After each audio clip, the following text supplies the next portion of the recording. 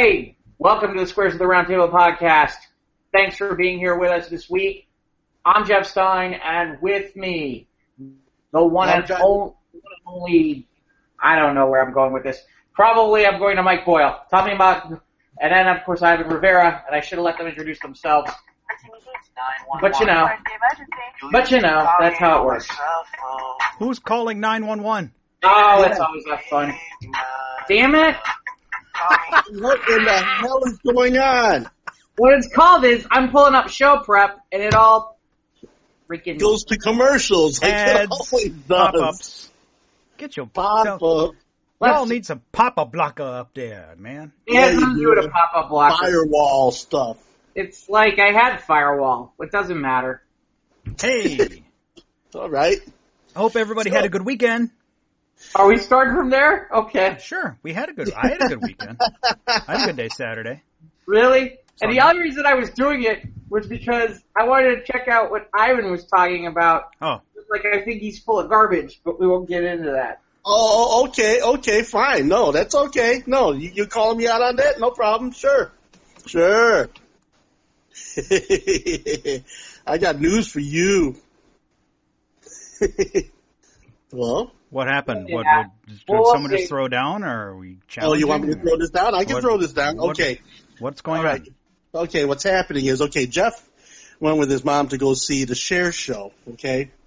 And, of course, if I remember correctly, you didn't think too highly of the Cher show, if I'm not mistaken. I did. I thought it was actually pretty good. Pretty good, but then he also said that that parts of it didn't really kind of gel with the rest of what they were doing. Yeah, I would say that. Okay, well, here's the thing I discovered today.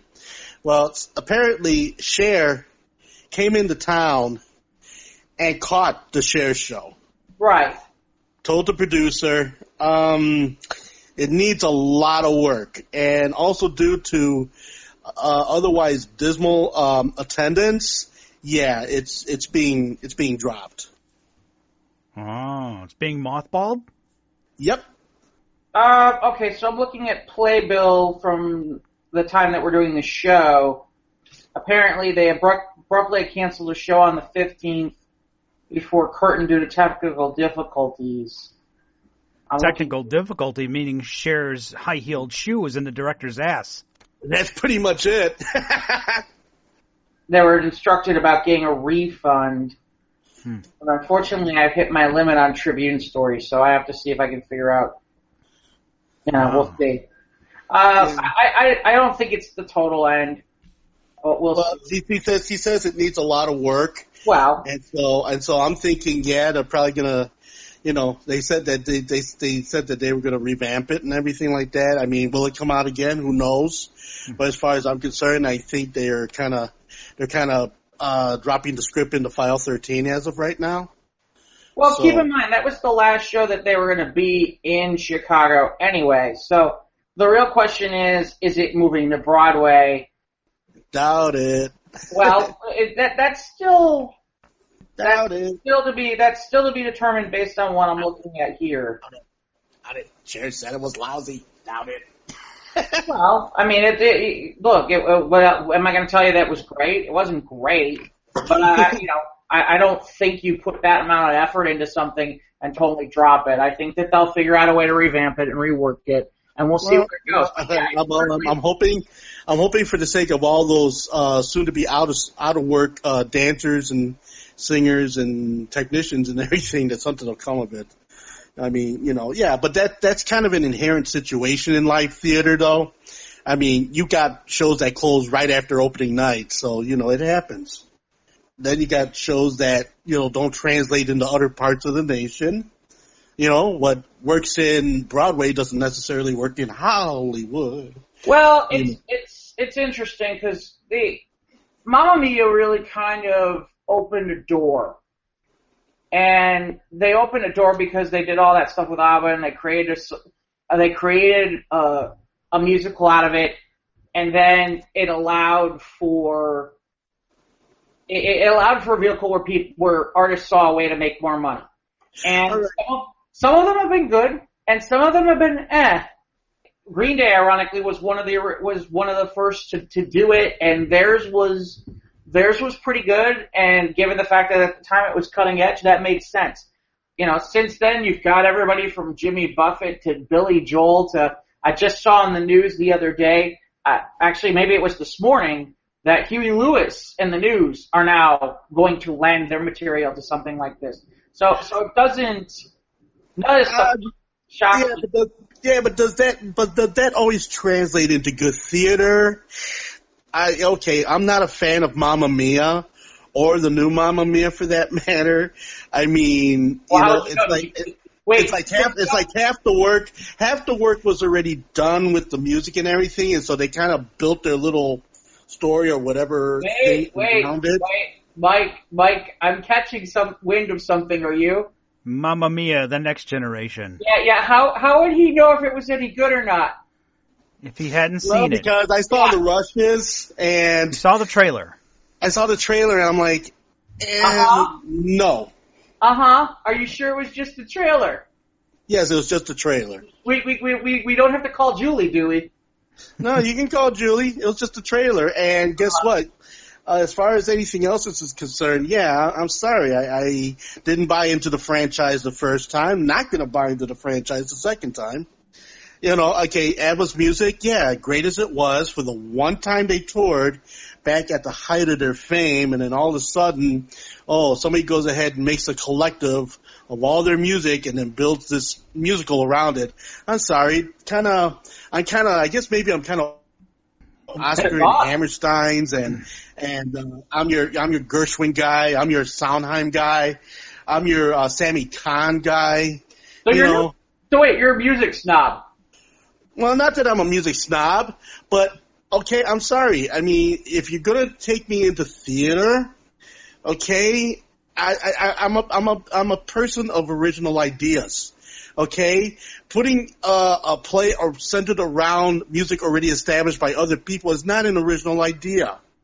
Okay, and like I said, I mean, and I'm a big musical watcher. I love musicals. Okay, I mean, I've seen a good many musicals in my lifetime, and of course, bringing in The Lion King, bringing in Wicked, bringing in a number of others. Okay, and I guess for me, in order for me to be relevant theater, it has to have a sense of originality about it. Okay, I'll even go ahead and bust the chops of another one. Okay, The Leader of the Pack. They went ahead and they got all the music from, Ellie Greenwich, okay, the girl groups and all that other stuff. Now, if you gave me a choice between seeing The Leader of the Pack and seeing Grease, okay, and I don't mean the movie Grease, I mean the play Grease, I would take the play Grease hands down. It's just like, it's to me, it's like, let's go ahead and, let's just go ahead and just put a collective of music and then just try to build a play around it. Now, whether it flies or not, I mean, half the work's already done, and it's a familiar situation. So how can it fail if it's already a familiar situation unless the writing is really, really bad? Well, isn't this Cher musical is semi-autobiographical, and it's a celebration of her music. It's not like Mamma Mia, where it's a story thinly tied around with music from ABBA sprinkled in. Okay, right. but then here it is, Cher came, panned it, all this work, which kind of gives me the idea that Cher wasn't actively involved in the writing and or the authorization of this play. I would doubt that she wasn't involved in the authorization. Okay. I would severely doubt it. You don't get this far. You don't get this far. You don't secure enough music rights without her having some involvement in some way. It's reached this level of production. Yeah. I don't see how. I mean, to put this in perspective, it's not like when they were working on Pretty Woman and they brought it to town and they didn't sing Pretty Woman because apparently they couldn't get the rights or they weren't willing to get the rights from the Roy Orbison people. So if you built an entire show around Cher in Cher's music and you're using her music, I would say on some level she was involved at some level, at least. If anything, and I am okay. So I'm saying that the director got the music rights. Okay, I can see that. But here's the thing. I don't know if he got the rights. Here's the real question. Okay, is it that these guys got it wrong, or was it that Cher maybe should have been a little bit more involved in the process to begin with? Well, that's kind of an open-ended question. I mean, we'll never know that for sure. Now we're just speculating. But for her to come into town and go, oh, this doesn't work, I mean, and do it publicly, I mean, I get it, but and that's her, but at the same time, there's a part of me where I'm like, well, maybe you should have been a little bit more involved at the beginning. Well, but then, of course, see, that kind of leads to a conjecture of, okay, yeah, I mean, how involved she should have been. Okay, if she was going to come in and critique my show, I mean, all right, if I secured the music rights and I got the music for it and I built the play around the music, and of course if I went ahead and I clipped together all this biographical or semi-biographical information to kind of make this constitution of show and song, okay, yeah, I mean, my first point would be to actually talk to her in person or talk to her in a much higher regard. Okay, I would put the script in front of her and say, okay, not only do I want the music rights to this play, but I want you to tell me, what do you think? And I don't think that happened. Well, again, this goes back to why you're against all this, which is there are people that are out there like the Jimmy Buffetts of the world and the Billy Joels.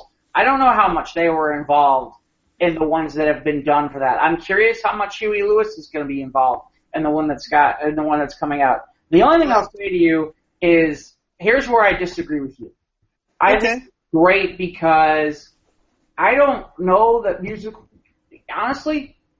theater is in a weird situation. It is not a cheap ticket, and it is not something that everybody turns around and says, oh, I'm going to go out to the theater this week, or, oh, I'm going to go hang out and do this. It's something where you have to be interested or want to go do that, and not everything is Hamilton, and not everything is Phantom of the Opera or Les Miserables, and you need these other pieces may result in people looking at other pieces that are original pieces, or to take a step further, maybe it makes them interested in a drama that might be happening at Goodman. People who are not local, Goodman is Goodman Theater. Or, for example, maybe heading down to Second City and checking out a show there. All right. I see your point there. I've done summer stock. I've done that kind of theater. I've done play theater. Okay, and I get where you're going with this. Okay, and okay, the thing that I don't. Okay, and yeah, you know what? To have an expensive ticket, you want to have something that you know is going to get some kind of attention, and some kind of draw, I guess you're looking for. Yeah, all right, I get it. I mean, I did the organic theater building. I did the theater building on Belmont. I mean, I've done my share of doing summer stock in my past, and I mean, for the millions of shows that are like Les Miserables or Hamilton or whatever else they're putting out there are those shows like the Plastic Sandwich and the Summer Stock Murder and Sea Marks, which you're saying, I've never heard of these things. I know. But if I mean, it's kind of like comics. It's kind of like comics, whereas everybody knows, well, I shouldn't say everybody, but most people know who Superman and Batman and Wonder Woman and the Marvel and all those guys are. Right. Once you get into that, maybe then you start hearing about books that aren't the usual suspects. And when I say that, I'm not talking about Green Lantern or The Atom. I'm talking about books like 100 Bullets from Vertigo, or Powers, which ironically is now going to be a DC imprint book that was Brian Bendis.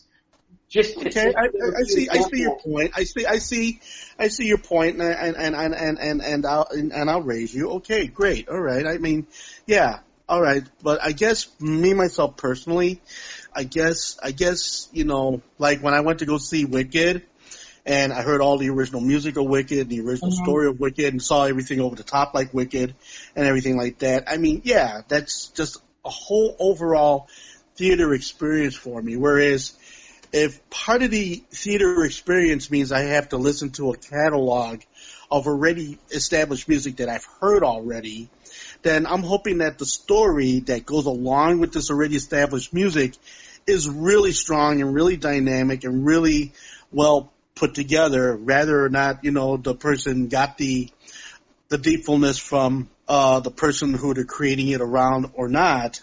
I mean, give it the integrity that it deserves, don't you think? Well, again, the only way for that to happen is to try things. And I think one of the things you're missing about this is where Chicago has flourished, is it has now become a place where they brought the Cher show here to work on it to go to Broadway, okay? It wasn't a finished product. It wasn't something that was 100% correct or ready to go. It was something that they brought here and they've been working on it. And the objective was to get it Broadway ready. So when someone says it's over, it's kaput, I'd like to hope, or maybe, hope to see, like I said, it seems like it's done here. I don't know if that means it's done permanently or what that means. But like, for example, we had Mel Brooks come here with the producers, what's got to be at least 10 years ago, and it was here before it ever went to Broadway, and where it was selling out like crazy. But and it brought jobs to here, and to me, it's an opportunity for people here to bring a culture together that otherwise, we wouldn't get. And that's the nice part right now. We're getting these things versus, say, LA. Right. Versus, say, Miami. Versus, I don't know, Houston or Dallas. Or even Silicon Valley, like San Francisco or Oakland up that way. You would think, you got tech companies that'll sponsor like crazy. So. Well, I'm not taking away the attempt at the whole thing, but all I was stating is why it happened the way it happened, and that was my whole boil of wax. And of course, also the fact that, again, I'm a person that when I like a play, I just like it. I guess I just like, everything, original from top to bottom. But then, of course, that's just me. Well, again, so we'll spin this a little bit. I actually did see something recently. I did actually get a chance to see Waitress, which is here in town in Chicago. It already has gone to Broadway already, and it's come here kind of on tour. The music is, and this is another way where, here's an example where artists are getting other opportunities. Maybe it's not necessarily their music that they're rehashing, but they're coming in and they're writing material for these shows. Like, for example, Sting had a brand new musical of his own called The Last Ship that didn't do well, but essentially it's something that he wrote, and he wrote all original music for it. The pre-woman show that I saw, Bryan Adams had been writing music. For this particular one, it was Sarah Bareilles. And the funny part is you can, at no point do they try to change up their sound. You can tell that Sarah Bareilles wrote these songs. And they're great, and they're pretty, and they're awesome. It's a fun piece. It's a little raunchy. Is it spectacular? It was fun. It was worth seeing. I don't know that, it's the best. Something like that I'd be engaged to want to see. Well, but Ivan, Waitress is basically based on the movie from 2015, Kerry Russell. Kerry Russell and Nathan Fillion. Nathan Fillion's in that movie. Very young Nathan Fillion. Oh, I didn't know that it was from a movie type. I thought it was a standalone. Okay. Well, but Ivan, really, in reality, when you look at Broadway these days, and eventually we want to get Mike in here. When you look at Broadway these days, really, in reality, a lot of it is, okay, we're pulling from movies, or we're doing this other stuff. And some of it sells, some of it doesn't. But the objective at the end of the day is they're trying stuff, which is better than where they could be, which is at least, it's okay, we're bringing Ragtime for the 50th time, or My Fair Lady. No. I'm not saying let's rehash every old musical again and again and again. I'm just saying that, I guess I'm just saying is that, I guess, maybe it's just me. What are you saying, Ivan? Yeah, what are you? Just not a fan of the whole let's wrap a story around established music. Okay, well, everything old is new again, and it'd be more or less risk averse to bring back a beloved franchise from 20, 30, 35 years ago and say, hey, we're going to make it into something new, a different form of media. Okay. So that's what they're doing. So we appreciate you listening to Cher of the Round Table. Yeah. Although ironically, I think somebody's working on updating West Side Story, but I can't remember who it is. But yeah, I think we've done enough on Broadway, considering there's so on Broadway. Like, for example, I don't know if you're aware, apparently the original Brady Bunch house is for sale. We saw that, yeah. I don't know if you caught that. They're talking about, just because of the novelty, it could reach about almost $2 million. Just to stand in Alice's kitchen, cutting up Sam's meat. Well, the interesting part is they say pumping in Marsha's bedroom. Well, but the interesting part is the inside looks nothing like the outside. No, you're right.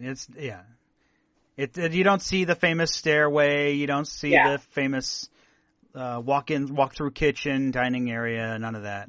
Right. It was just the house they used on the exterior shots. Right. It's kind of like have either of you been to the actual original Cheers in Boston? No.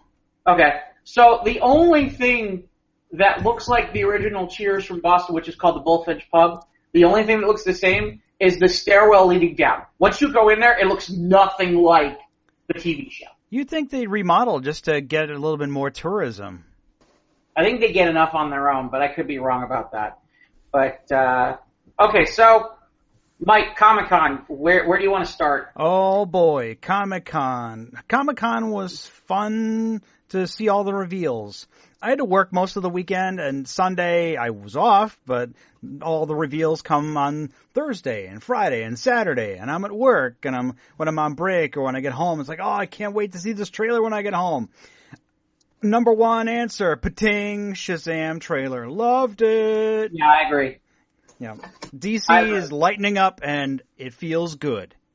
And it's funny because there were a lot of people nervous about what that was going to look like, but they seem to have nailed it. Basically, it's big with superpowers, and they've set the proper mood. Right. They've set the proper mood. I wish it was a little less hokey, but I'll take it. And it is an origin story, so you're going to have that, oh my gosh, I'm incredible, and all that. Yeah. I think it'll do well. And the interesting part is, again, is that a March or a February release? April. It was originally March, but they pushed it to April because Carol Danvers is in March. Yeah, because I think they don't want to confuse that with Captain Marvel. Captain Marvel. And ironically. The names are similar. Because Shazam is sometimes known as Captain Marvel. The other part is I think they wanted to stay away from launching at the same time as Marvel. Yeah. And Avengers 4 is in May, so they want to get that money before Avengers 4 sucks all the money out of the theater. Absolutely. But I think they'll get it. I think they'll get people in the theater to come see it. And I think, unless there's something in there in between, I think they'll get their money and they'll be okay before they hit Avengers 4. Oh, yeah. So yeah, I like the Shazam. Aquaman, it seemed like a Marvel Phase 1 trailer. I didn't hate it, but it's just not, okay. It's like, this could be good. This could be awesome in parts, but I'm not, no. Aquaman, I'm okay with Aquaman. Yeah, you know what? I'll go to the theater, and I'm not feeling horrible about it. And it's funny, I think we've talked about this before on the show. Really, Aquaman, Shazam, and the new Wonder Woman movie are the next three movies. I almost want to call it their phase 2 or their reset phase, because when Superman Batman came out and it went to hell, they already had Suicide Squad in the can. Wonder Woman was pretty much done. And then they were really pretty much wrapping on Justice League production as that movie was coming out. So these are the first 3 movies where it's really been post all of that. And they've had time to absorb all that stuff. So I think that these 3 movies, I think this is where DC hits the reset button. Oh yeah, definitely. Well, if Justice League wasn't a reset button, then obviously, yeah, something has reset. Right. Just the overall tone.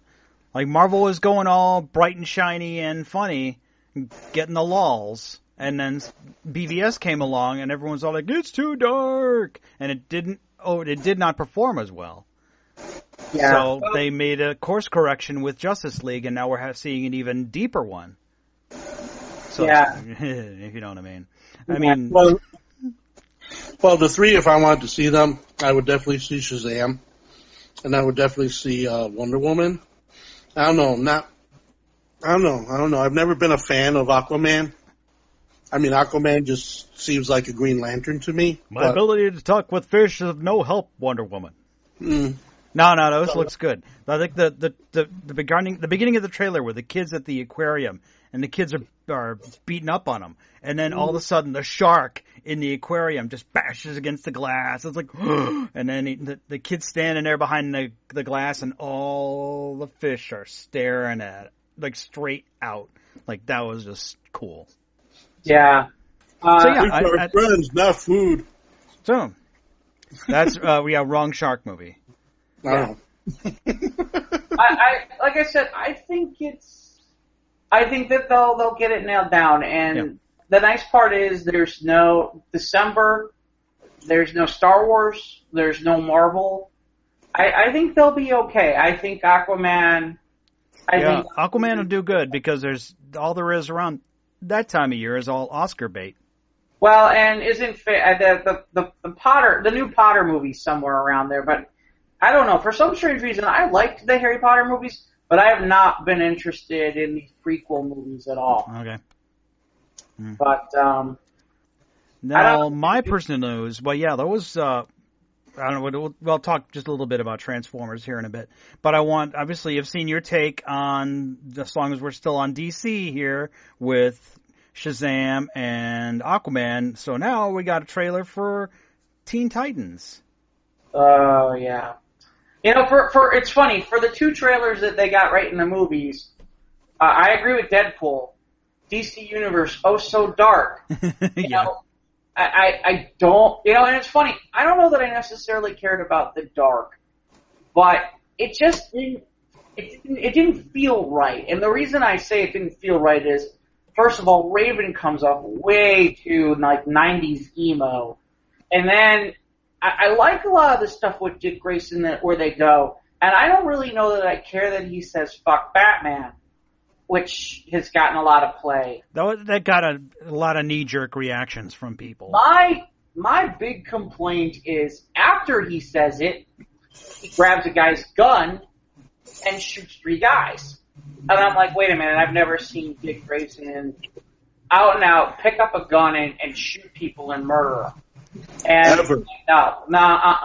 you've lost me here. Well, just a troubled past, just as much as a troubled past as Bruce has. You think he'd have learned from Bruce?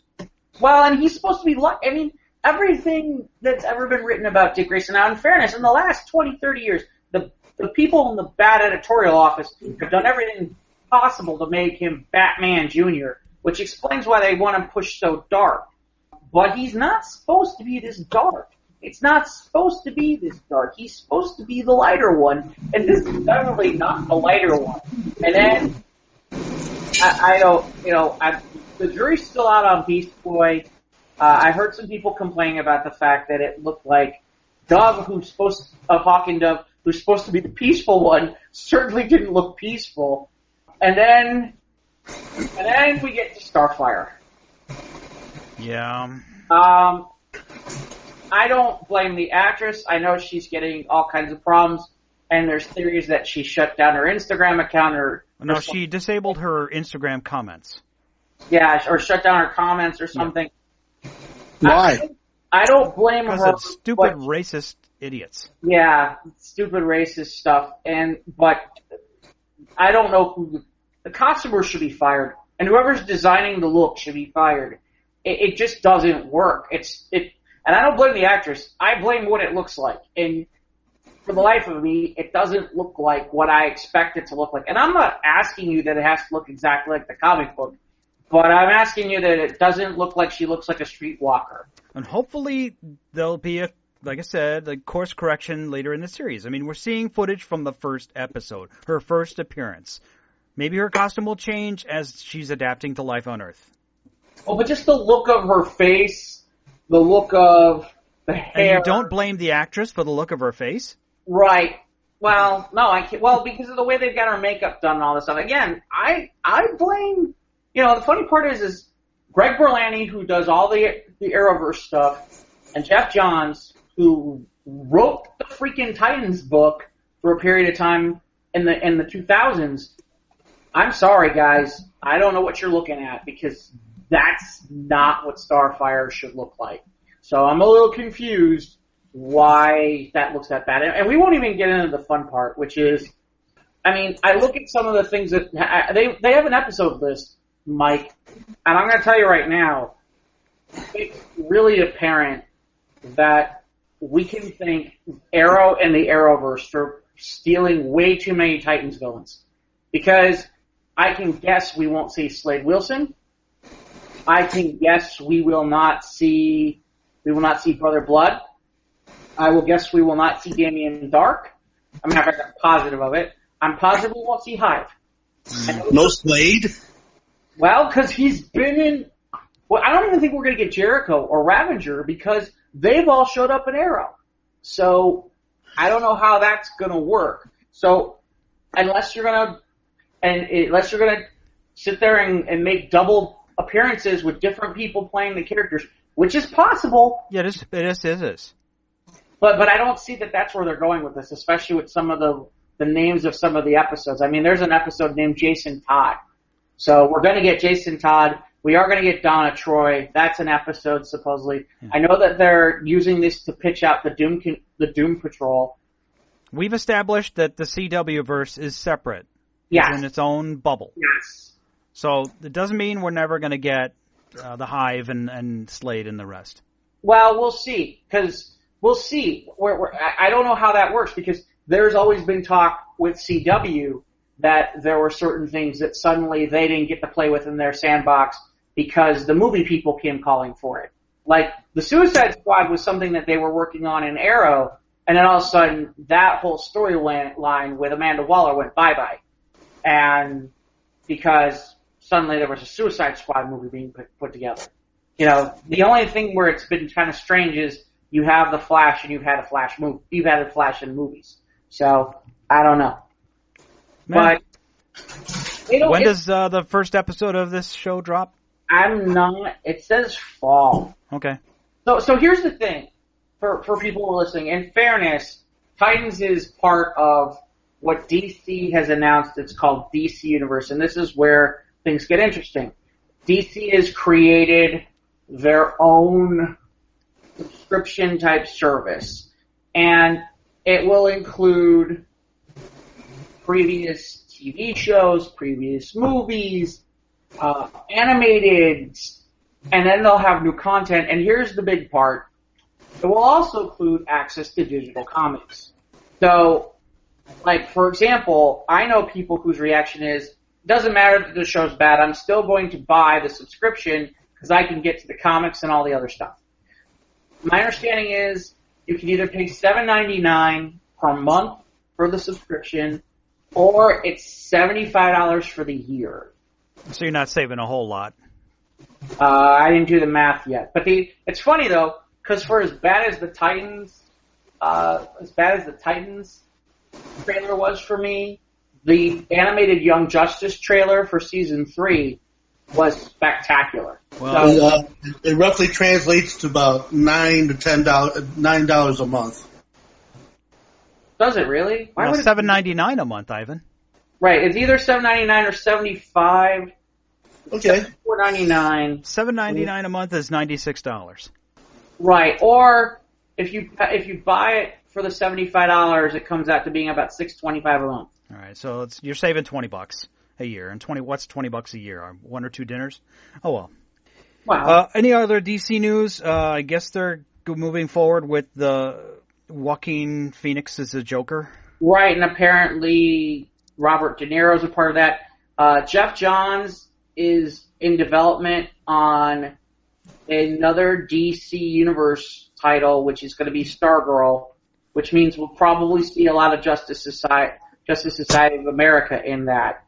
Which means that's another live action piece that's going to the DC Universe, and so we'll see. The other big news. I think we had already done the pod when this got announced, but CW is in the process of developing a Batwoman show for CW, which is going to be, which as we're aware is part of the crossover this year. The other thing is Legends of Tomorrow will not be part of the crossover this year. So, curious how that works. Probably because it's going to Gotham. I think the biggest thing that I saw in terms of comics from DC is it looks like Grant Morrison's going to write the Green Lantern coming up. So that should be fascinating. Oh, I mean, the new animated Death of Superman just came out. Yeah. I've heard good things. To see it. Because a lot of the DC animated is actually pretty good. Right. Yeah, if you get a chance to look at that Young Justice trailer, Mike, we actually put it up on the Squares of the Roundtable podcast. By the way, if you're looking for San Diego material, we tried to put as much San Diego material up as possible at the Squares of the Roundtable podcast Facebook page, so you can check all of this stuff out. We tried to put up as much trailers as possible. I'll tell you what trailer looked good. I don't know if you saw it or not. I have not watched The Walking Dead in a really long time. That Walking Dead trailer looked really, really interesting. No, I have a couple of friends who are real diehards, so I haven't gotten any reaction from them yet. Like I said, I haven't watched it in a long time, and I was like, I might want to watch this. This looks interesting. Okay. The only other thing I think about in DC, did they show any Season 2 footage from Krypton? No, but I heard they're talking about bringing in Lobo. That's what I heard about that. But I think just released like a sizzle reel of supercut of Season 1 stuff. Mm-hmm. And that was obviously, I don't know if they're filming it now or they haven't done any post effects or whatever, so. Right. I mean, like, my understanding is that they had some very small amount of footage from Wonder Woman that I haven't seen anywhere. Yeah, it's leaked online, but I saw a couple of stills, but I haven't watched any of the leaked footage. But it's very bright. It's not as the colors aren't as muted as say Wonder Woman's costume in BVS or even Justice League. It's pretty bright. I think the coolest thing about the Wonder Woman 84 concept is that costume. If you go look at what Wonder Woman's costume looks like in the 80s, it looks like that. Oh yeah, you watched 77 Linda Carter. Oh yeah, it was pretty ostentatious.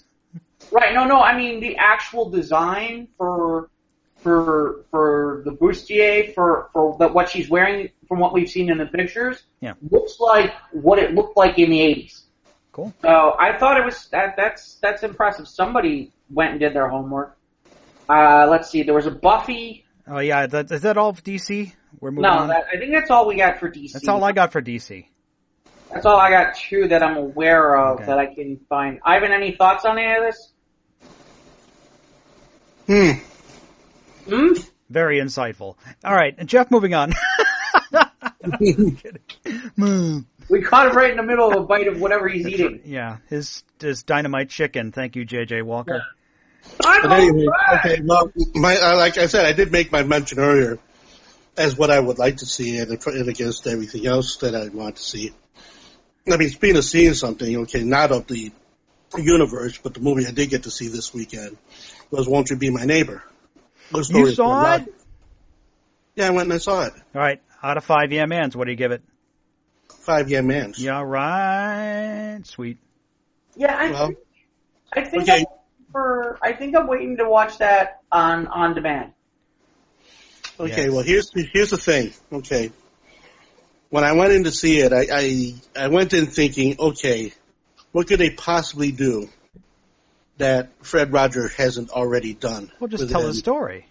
Yeah, but the way they went about telling his story, it kept the warmth, the feel good, the deepful sentiments of everything that he had put out there, and all the time he was on television from his beginnings. I mean, he was there at the very beginning of educational television. I mean, he was, not to give spoilers, but let's just say he was going to go in for one career and then ended up taking a turn which he never knew was going to take him to where he went, and the impact that he had on educational television, early child development, and just the way children's television should have been all along, instead of being the pie-in-the-face, kooky clown,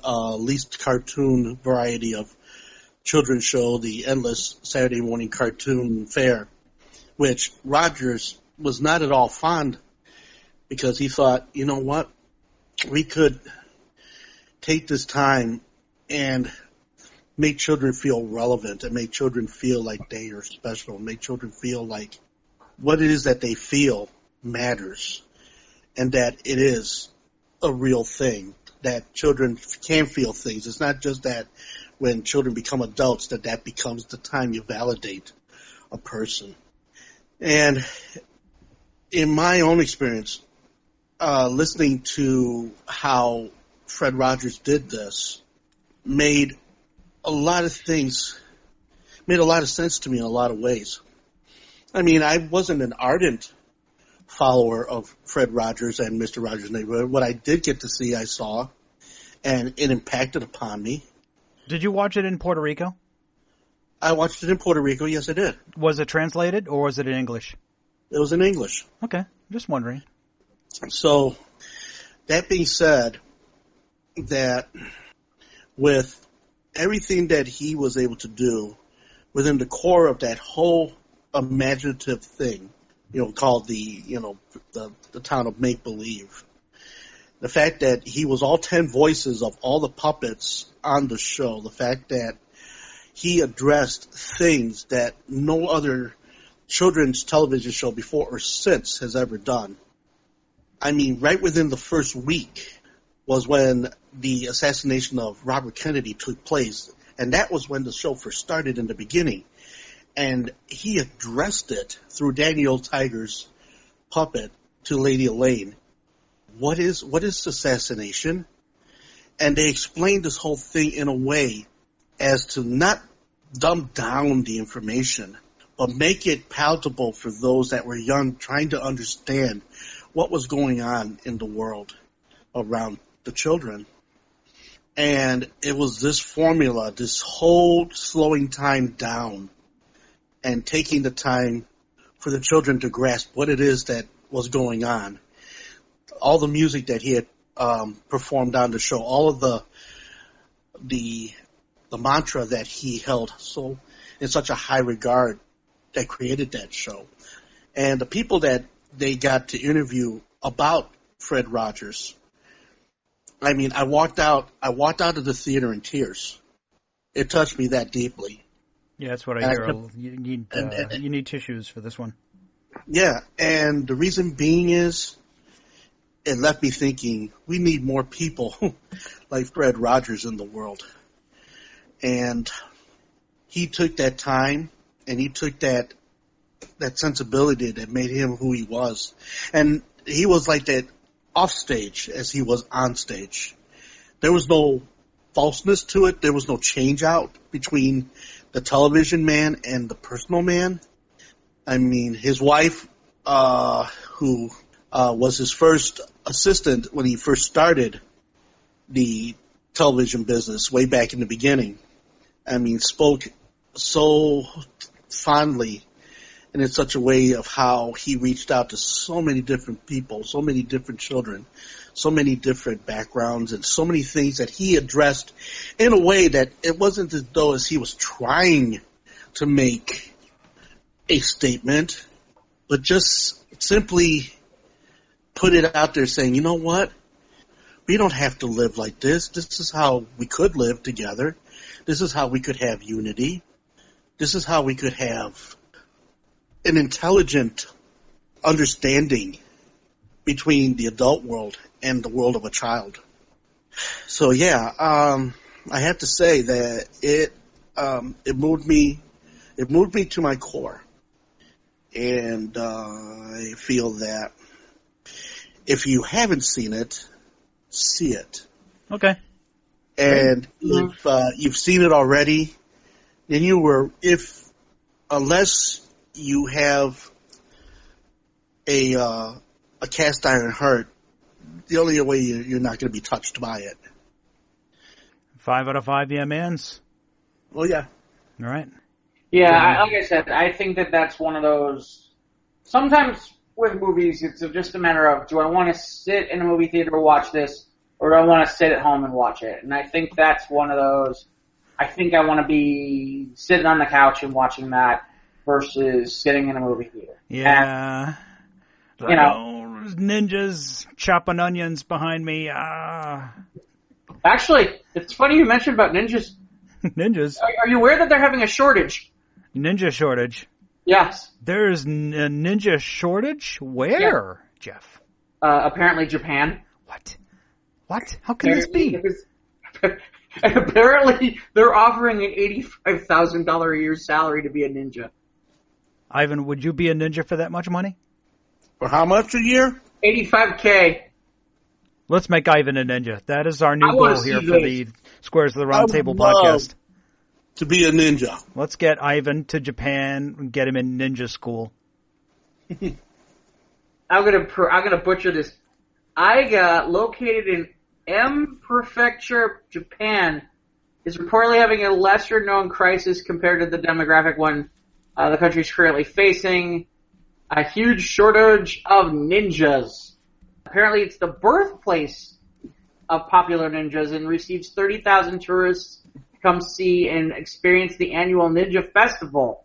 And while this may be good news for the city is actually suffering from depopulation, and young people are now moving away from the rural countryside. So as a result, they need to get people in and train people apparently to become ninjas.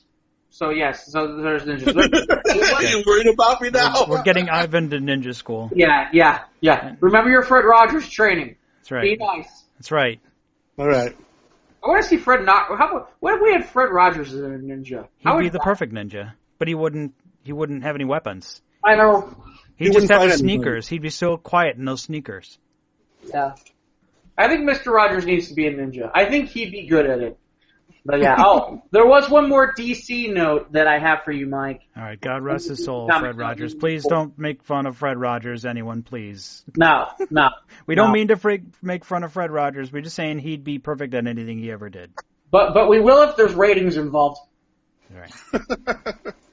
You know. Okay, what was the last bit of DC news, and then we're moving on to other parts of San Diego Comic-Con footage. If we can get internet famous, we'll do. Well, we won't do just about anything, but we'll do close. Marv Wolfman released a statement for people who are not aware. Marv Wolfman, the writer, big sci-fi writer, big sci-fi writer. I mean, he's in everything. The writer for the New Teen Titans in the '80s with George Perez. Actually, I believe if I remember correctly, he actually created Blade. But I know he had a big falling out with Marvel. The point being is Marv has seen Teen Titans Go and absolutely loved it. I don't see often posts from Marv Wolfman on Facebook, but he posted about this, and he wrote at least 3 paragraphs, and he's like, need to see it. You're really going to enjoy it. Yeah, I saw that Sunday afternoon was the Hollywood premiere of Teen Titans Go to the Movies, and I saw David Kay was there, so he was putting pictures out. Beaches in the hospital. Jeez, hey, look, there's more pop-up ads on Jeff's computer. Yeah. You gotta love when that stuff happens. And the worst part is I've had it up the whole time, and then it popped up. Maybe you should just surf on your phone. Maybe those pop-up ads won't be so prevalent. I'm sure it'll pop up there, too. It's just funny. It's like... Are you using Firefox? No, I'm using Chrome. Ugh. All right. You guys, I don't know if you guys discussed this little bit of news about Comic-Con. Now, I did read about the gentleman who wrote about the wedding edition of Batman and Catwoman. Yeah, I read it. It was decent. Is that he was actually receiving death threats and that he had to have a for guard? God's sakes. I thought the Star Wars fans were had set the lowest bar. Yeah, apparently Tom King, who's the current writer for Batman, he's doing an 100-issue arc, and obviously the 50 was the midway point. And maybe I wanted to pick up 51. I picked up 51. And if you like Tom King and you're interested, my fellow friend and former broadcast friend and my guy, John Sanchez, Word Balloon, we're going to talk about another podcast. That's one you should check out. He actually had Tom King on this week, and it's out there for you to listen to. It's a pretty good interview from what I can tell. He actually also had Zachary Levi from Shazam on there, too, and he's got Bendis this week. So there's a lot of good material that if you're looking for stuff on creators and whatnot from Comic-Con, you want to go check that out. That's a good place to find those sources. But, I was a little shocked to see that, too, Ivan. I thought you were going a different direction. I thought when you said about the big news, I thought you were going to talk about James Gunn. Yeah, that's coming up. I guess we could talk about that in here in a little bit. But people making death threats to people writing stories about fictional characters, y'all need to calm down. Yeah. Well, yeah, we've turned into it's gotten to that point where When did it become cool to become a ravenous mob? In fairness, I think it's been there for a while. I think it really has. I think. Oh yeah. So you think this has just been kind of building up over time? It's just more out there because of social media. But back in 2000, 99, 2000, when Beast Wars ended and Beast Machines began, this is the Transformers stories when Beast Wars ended and Beast Machines began.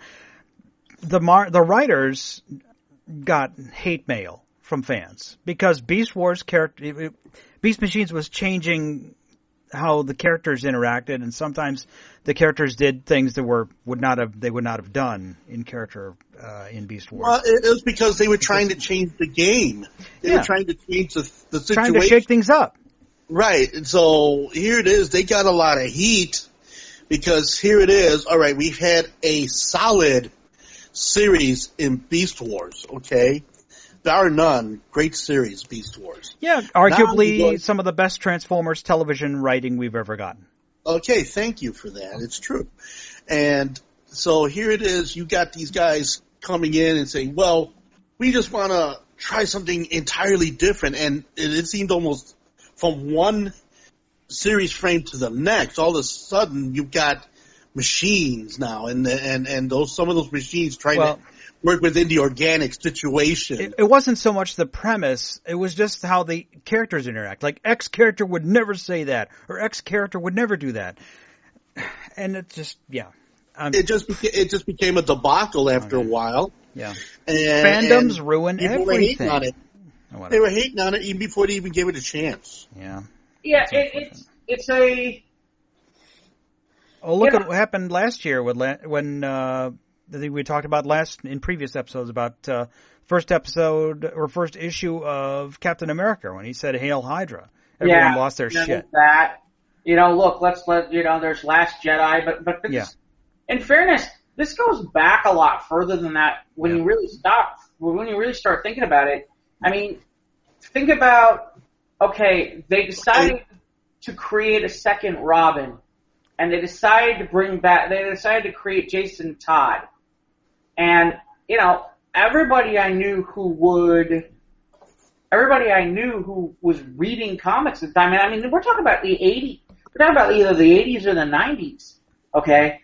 And there was enough fervor about people not liking Jason Todd that they actually put this whole cliffhanger storyline where you had to call a 900 number as to whether he's going to live or die, and the fans killed Jason Todd. Oh my God! Now, in fairness, they brought 20 years later, or 20 plus years later, they brought him back in Hush, which also going to be an animated film. I'm curious to see how that's going to look. I hope Jim Lee's involved in the art. If it is, I'm totally watching that. But the point being, there's that. I mean, the guy who played Jar Jar Binks talked about that it was so bad for him that he thought about committing suicide. You know, I mean, this stuff has been there. I mean, when you really start to think about it, I mean, there's the guy from The Simpsons. You've got comic book guy, and you know, it's worst whatever and all that stuff, and he does all that stuff, and we all laugh about it. But the truth is, if you go to cons or some of these places, a lot of these people are that dude. Are those guys? Yeah, and it's sad. And it shouldn't have to be this way, but it exists. Yeah. It does. Yeah. Well, And okay, just like when the death of Superman the first time out, the firestorm that came from all of that. Was there? There was some. I don't remember the uproar. I just remember just the. But everyone Green had to get a Lantern. copy because this is a big thing. I mean, DC, what they do, they sell copies. They want to shake up the status quo. What can we do that we've never done before? Let's kill our biggest hero. Right. Well, and so here's the interesting part about that. I don't recall Superman being that way, and it's funny because you replaced Batman at that time frame by breaking his back and creating a new badass villain in Bane. But then you brought in Azrael as Batman, and I didn't hear the fervor about that. The only thing I heard was, why wasn't it Dick Grayson? And it explained itself out. But really, in reality, the first time you get real backlash from any of that is when Hal Jordan decides he's going to basically go cuckoo for Cocoa Puffs and decides he's going to pretty much try to rewrite history and Emerald Twilight, and I mean, the fans, as a matter of fact, now I'm thinking about it, that's how far back this goes, guys. Yep. Is there was something called Heat, and I can't remember all the acronym for it, but essentially it was about bringing back Hal Jordan to the books because they were that myth and they had organized to that level, and there were things that they did that were towards charity and whatnot. But those guys were hardcore, and I mean, they were all over the place on that when that stuff happened about how dare you do this to this character. And then there was quote unquote Bash, which was about bringing back Barry Allen, that had been around for a while too. That was a similar group. So this stuff really, honestly, Ivan, this stuff's been there. It's just been under the radar, and now because of social media, it's magnified. And even more amplified for all the people to see. I see that. Well, and it's easier. It's easier for everybody to get together now and find each other than it was back in the day. You used to have to go find you'd go on the DC Comics message boards, and if you were a DC guy, that's kind of where you hung out. Okay, if you were really that into it. But if you weren't aware, and you weren't over there, and you weren't doing that stuff. And people be crazy over there. Absolutely crazy. But it all just goes back to what I said before. It shouldn't have to be this way. Shouldn't. It shouldn't have to be this way in any of it. Because for the sole enjoyment and the camaraderie and the sharing and the caring and the exchange of information, you know, that brings us all together as people who collect comics and toys and records and read comic books and all of that, from the guys in the D&D to the hundreds and hundreds of games that people have been involved with. It's about getting together of a people who are of a like mind. It shouldn't have to be something that, you know, we should get hateful over, or we should just let it take over our psyche to a point where if we change it at any moment, it totally wigs us out. Well, so here's the thing. Here's where, and some of this, part of this comes back to Perfect Storm stuff, which is Marvel, nobody in Marvel really noticed what they had done. At one point, in a 1-year period, Spider-Man was not Spider-Man. Thor was not Thor, Iron Man was not Iron Man, and Captain America was not Captain America. And they all were all at some point coming back.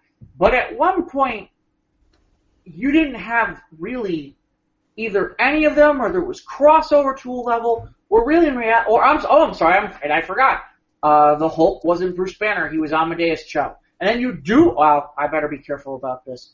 I'll stop there, because if you haven't read Tread lightly, yeah. Yeah, if you haven't read Civil War II, I'm not going to spoil it for you. But the point being is, and the scary part is, this is what Marvel didn't see.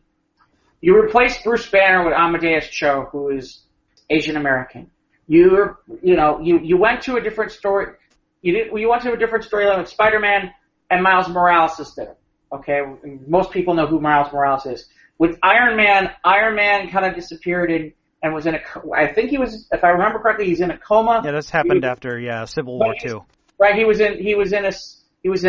kind of like the AI, but you bring in Riri Williams, a younger black woman, to be Iron Man.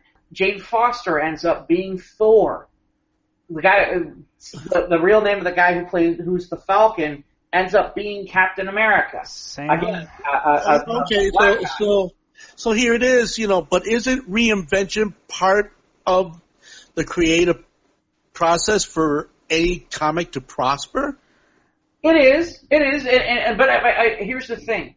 I think that it's a really fine line, and I think I don't have a problem. Here's the thing. I don't have a problem with any of those characters, and I like them all.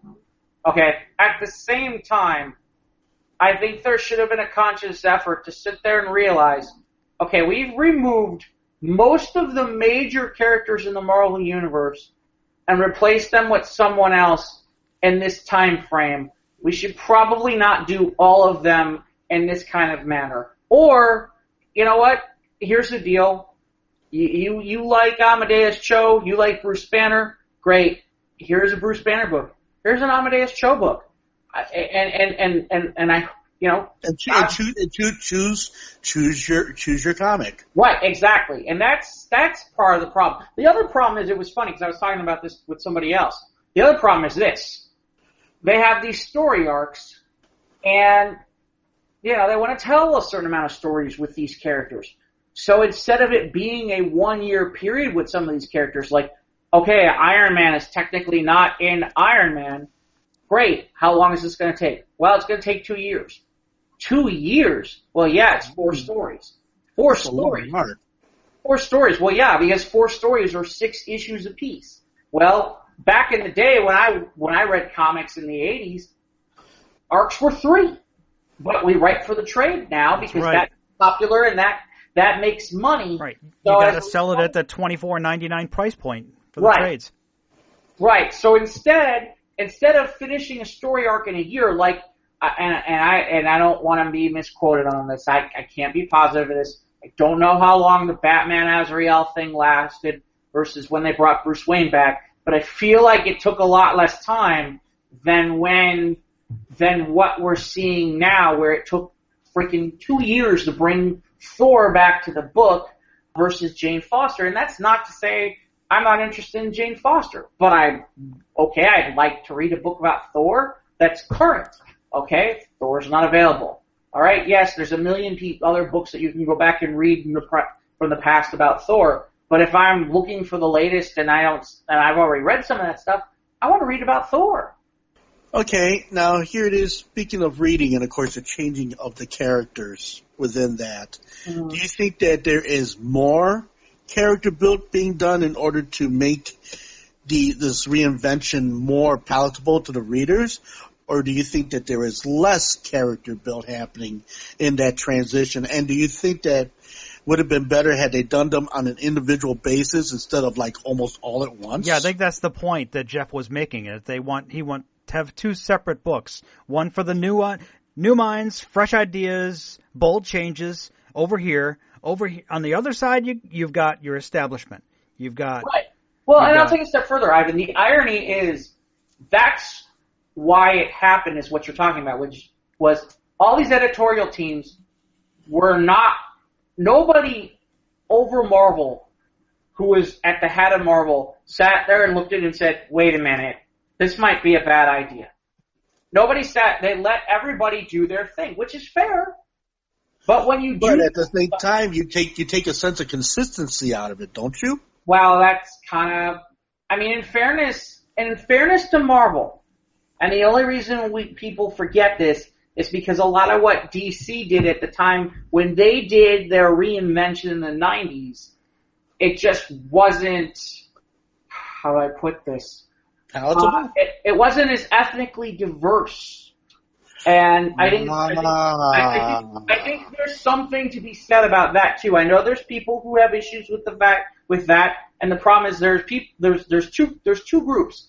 People who have issues about the ethnic diversity and all that, and the people who have issues because there's legitimate reason to have issue.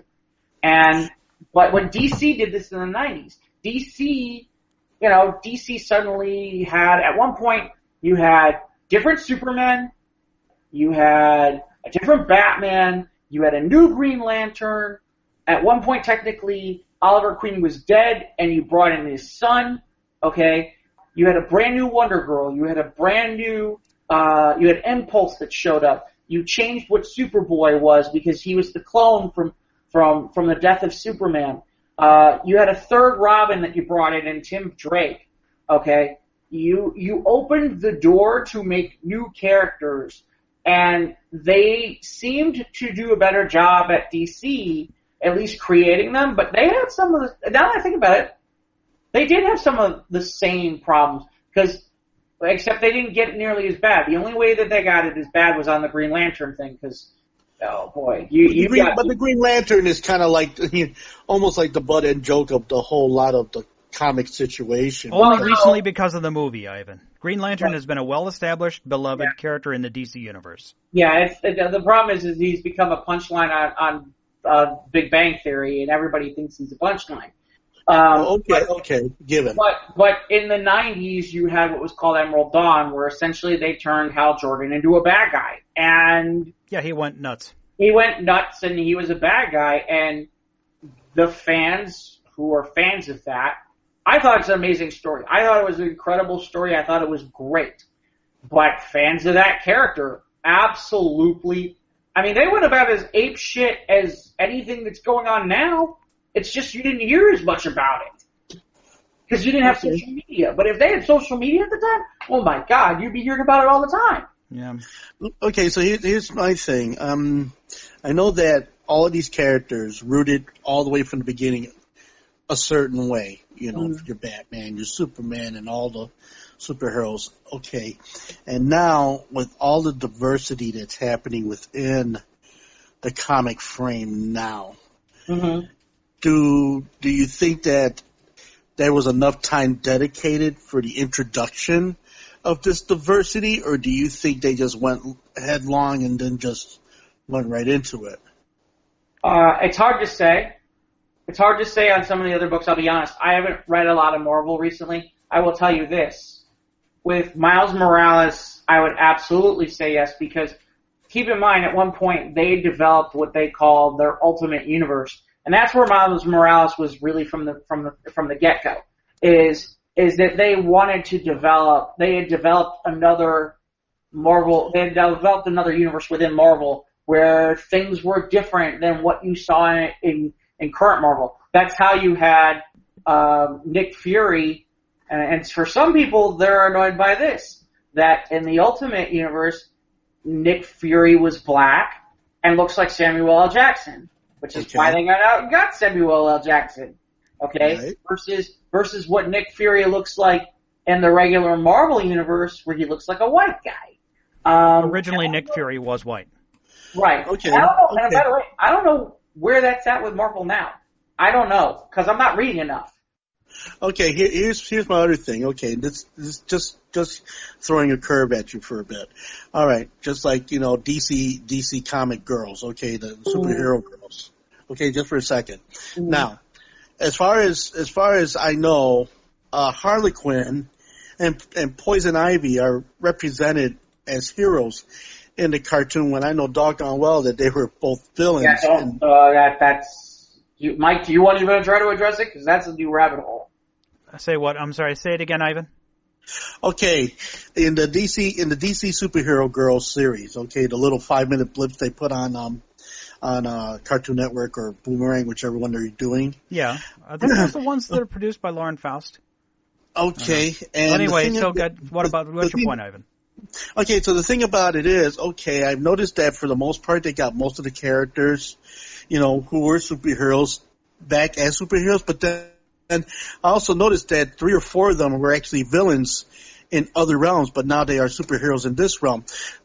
Don't you think that would have created a state of confusion? I mean, if they were to graduate from this animated situation into, say, if they start watching these characters in the movies, or if they start watching them in other animation, or watching them in older animation? Well, I think it's just because there's this huge treasure trove of different characters that people can relate to. And sure, maybe not because Harley Quinn is hanging out with Batgirl. That's obviously not where it came from, but it's just diversity and representation and all that. And I'm fine with that. Oh, okay. I'm not saying that I'm not fine or that I am not fine. I mean, personally, it's a great cartoon. It's a great cartoon design, and all of that, and it's all good. I just wondered what the mindset of, did the bad villainous girls become good for the sake of this situation, or Yeah, okay, so that's what I was trying to figure out. And so once people get older, you see these second or third tier characters who are villains or in a one-off or a limited series way back when. People can say, okay, that's where that character came from. But I think I still like that character. It's all about relatability and just finding your favorite characters. Like, who's your favorite Beatle? I think that's where all that comes from. I do see what Ivan's getting to, because there is a part of me where when I saw Suicide Squad, one of my biggest complaints, and I liked Suicide Squad, but one of my biggest complaints is you're romanticizing the relationship between the Joker and Harley Quinn, and really in reality, to me, congratulations, you're romanticizing 2 psychopaths. And the worst part is you've got little girls who are dressing up to try to, in scantily clad outfits to look like Harley Quinn now, all during Halloween. And I'm like, I'm sorry, I don't get it. I don't see it. And the worst part is they're talking about, look, there's 3 Joker movies that are going to come out, and they're talking about a spin-off movie with Harley by herself, or Harley with some of the other. I thought there was a Harley Quinn with Poison Ivy coming out. Yeah, like a Gotham Sirens. Yeah, and the thing about it is with the Batman women villains is. And I noticed this now that we're having this conversation. The women Batman villains, there's an ambiguity to them. Throughout all of Batman, there's an ambiguity to the female villains. From Catwoman to Poison Ivy to Harley Quinn, even all the way down to Shiva, who is a badass martial artist. Right. Even Talia al Ghul. I mean, where all of these characters seem to have an ambiguity to them, where maybe they're not really bad, but they're not good. They're in that gray area. Right. But at the same time, I mean, you sit there and say, oh, Harley's not bad, and then she takes a sledgehammer and basically knocks some guy's head off, and you're like, okay, how do I show that to my small child? How do you explain the kiss of Poison Ivy that kills? Well, but she's always kind of killed. I mean, well, yeah, but I'm saying that. But then, like I said, so it's transcended into this other animated form where she's like, oh, well, I'm hanging out with all these superhero girls, so there's a bit of. But there have been episodes where, especially like you look at Batman TAS. Where the female Batman villains will sometimes, out of necessity, team up with Batman. Like Catwoman teamed up with Batman to stop these guys with genetic experiments or whatever. Well, right, even Harley and Ivy. Batman and Catwoman have teamed up together on numerous occasions under numerous storyline platforms. Yeah. Well, I mean, to take it a step further, I mean, the current Robin that's out there, which is Damian Wayne, is the son of Talia al Ghul and Bruce Wayne. Yeah. She drugged him and knocked him up, or she got herself knocked up. No, that's not the storyline at all. This is from an old. See, this is an example of where people take stuff from stuff that wasn't canon and turn it into canon. Oh, this from the comic. Okay, we're going. There was a graphic novel where Batman ends up as part of Ra's al Ghul's family and marries Talia, and I can't remember how it all ends in the end. But Grant Morrison took that and turned it into canon now, and made that part of mainstream. For a long time, it was just a great non-mainstream Batman Ra's al Ghul story. But Grant Morrison said, this should be in Batman canon, and guess what? Now it is. Wow, we really went off a different direction. Yeah. No, but that's what makes this thing so cool, because we can do that. Right.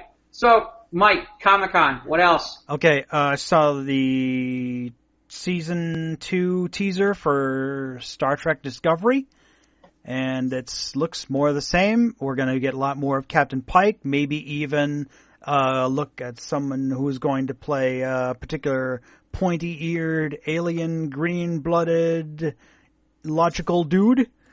But again, more without Lorca. It's different without Captain Lorca.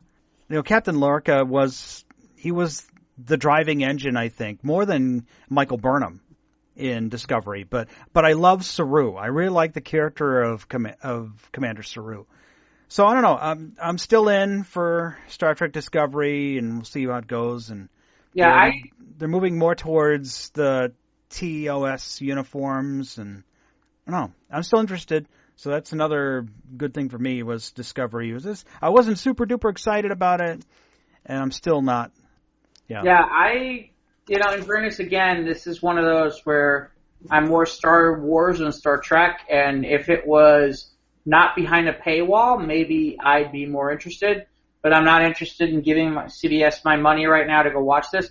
Maybe one of these days I'll pay for the month, and then I'll watch The Good Fight, which is the sequel to The Good Wife, and I'll watch some Star Trek.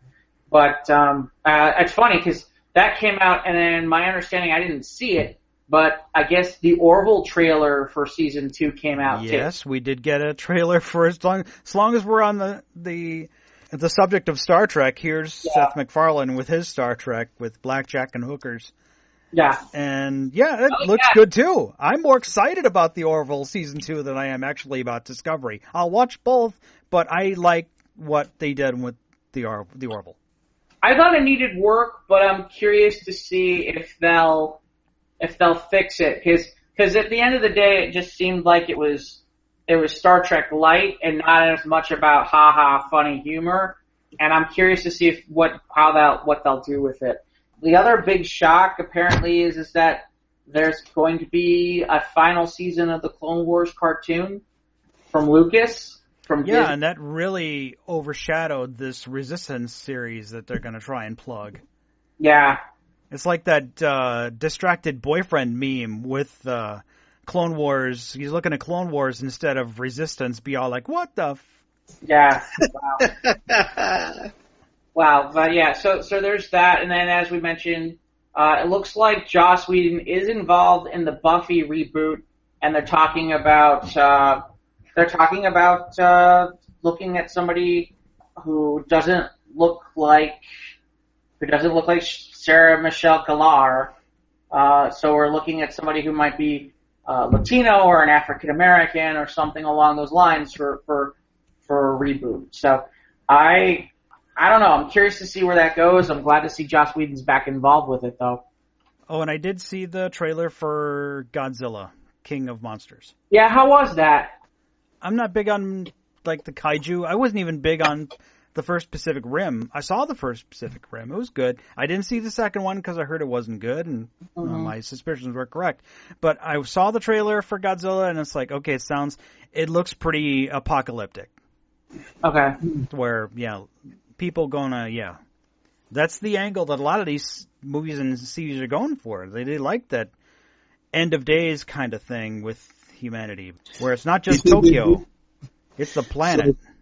So you're seeing that there's a trend going on with all these movies? I think a lot of it, that's dystopian Then it comes from The Walking Dead, too. The popularity of The Walking Dead, where there's an allure to watching like the downward spiral of civilization as we know it. The end of days, if you will. Well, the other thing is too, and I don't know if they're still trying to move towards it, which is I'm not saying that it's new, but okay, go ahead. Everybody wants to do this shared universe thing now, so that's part of it too. And if that's really still the case, the talk was the movie after this is that they're finally going to do a Godzilla versus King Kong movie. Yeah. Been what this is all moving towards, and if that's really true, that's a movie that maybe I want to see, but I don't know if that's still what the plan is or not. So, and then I just have, if there's something else you wanted to discuss, Jeff, but I do have one or two more things about SDCC. Go for it. Okay. If anything is something I got, but go ahead. Okay, just the Transformer news. We got the panel with John Cena and the director Travis Knight and the female star of this new Bumblebee movie that's coming. And the director apparently dropped a bomb on the fans because of the teaser trailer that came out a couple months ago. Showed a fighter jet that was gray and red in color. And everyone said, Starscream! But now the director says, nope, it's not Starscream, it's Blitzwing. Blitzwing, his Generation 1 colors were purple and yellow. So where's the red and the gray? So a lot of fans just went nuts because there was a rumor that Paramount had officially said that this character that was shown like less than 2 seconds from this trailer of this fighter jet transforming into a robot. And there was a rumor that Paramount confirmed that it was Starscream, but now the directors came right out and said, nope, it's Blitzwing. And everyone's all like, the fans are losing their shit. Well, Oh my but see, this is what we're talking about. Is more of the same. Yeah. Well, no, it's just more of a meme thing now because us fans, we're all used to the Michael Bay live-action movies throwing a wrench in the works and naming anything everything. Like originally, the helicopter in the first Transformers movie was going to be called Soundwave, but then they kind of found out that, well, they can't have Soundwave as anything other than a tape player, really. He's been other things. Yeah, so they named it Blackout instead. So, but anyway, yeah, that was a thing that happened. So I was like, okay. At this point, I don't know. I don't care. I'm still going to go see it. It looks good, and with a new director and hopefully a lot of more heart. And even the director said that Michael Bay's storytelling really lacked subtlety, and we're all like, yeah, duh, and water is wet too. So anyway, yeah, Bumblebee movie still looks good. I'm looking forward to it, and yeah. Yeah, I want to see that too. Yeah. So anyway, that's all I got for SDCC. I really like. Did you see the guy who was cosplaying as the Infinity Gauntlet? No. There was a guy dressed up as the Infinity Gauntlet. It was actually hilarious. This guy had a just big hand costume. One big hand with jewels up in the finger. Yeah. But, actually, did you see to promote the Deadpool DVD what they did? Oh yeah, they did. They did premiere the Super Duper cut, which is like the extended cut. Right, but did you see what they did on the toilets? Yeah, they used Deadpool's head on all the toilet seat covers in the bathrooms at SDCC. Yeah. That's pretty clever, actually. Yeah, no, I thought it was pretty fun. Here it is. This is what there's a picture of Deadpool's face that says, "This is all Fox could afford. Deadpool 2 dropping soon." On Blu-ray.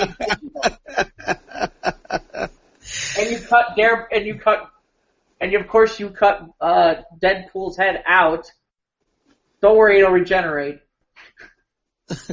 So you can do your thing. That's pretty clever marketing, actually. Yeah, that's. I wonder how many people saved those and put them on eBay instead of using them. They bare ass on that seat.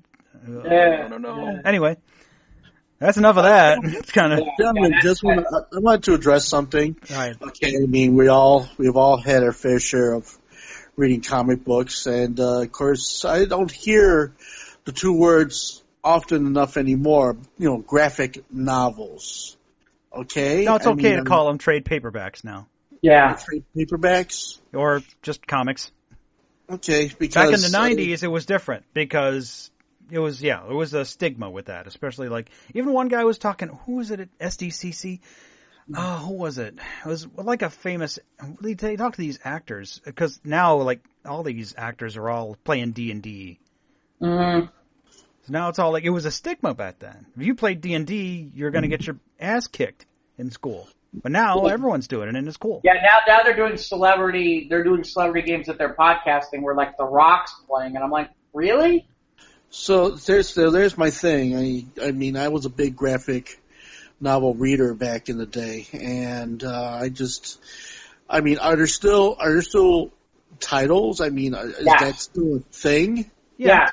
Well, everyone, we were talking about earlier when we were talking about writing for the trade, that is essentially a graphic novel. Yeah. Okay. See, thanks for the clarity on that. All right. Right. So graphic novels, if you knew them in the 80s and the 90s, eventually became what's called a trade paperback as it became more popular in the Barnes & Noble and Borders time frame. And that's kind of where the name went to.